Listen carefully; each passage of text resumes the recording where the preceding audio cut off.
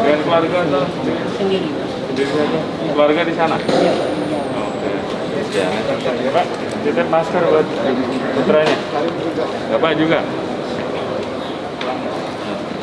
Terima kasih ya.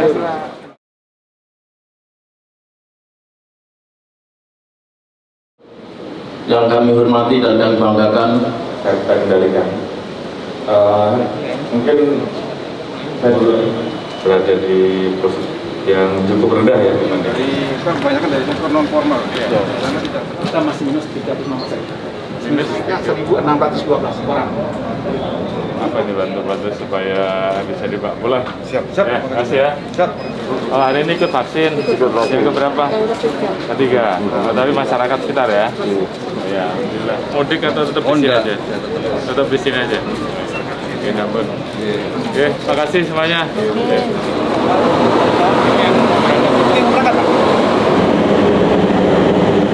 Baru saja kita melaksanakan kunjungan di wilayah Pelabuhan Tanjung Perak untuk mengecek kegiatan yang dilaksanakan di wilayah Pelabuhan Tanjung Perak, khususnya dalam hal pelayanan terhadap arus mudik dan nantinya arus balik.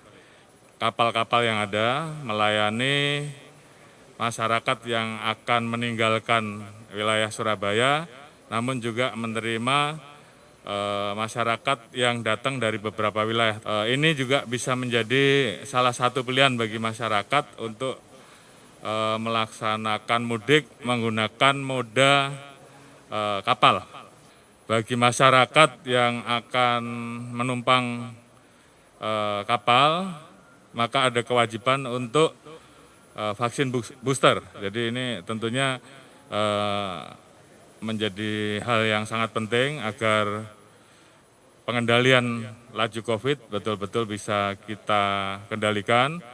Penumpang kapal dalam kondisi yang kita yakini betul-betul aman karena sudah mengikuti vaksin booster. Kita harapkan laju COVID pasca arus mudik atau pasca Idul Fitri bisa betul-betul kita kendalikan.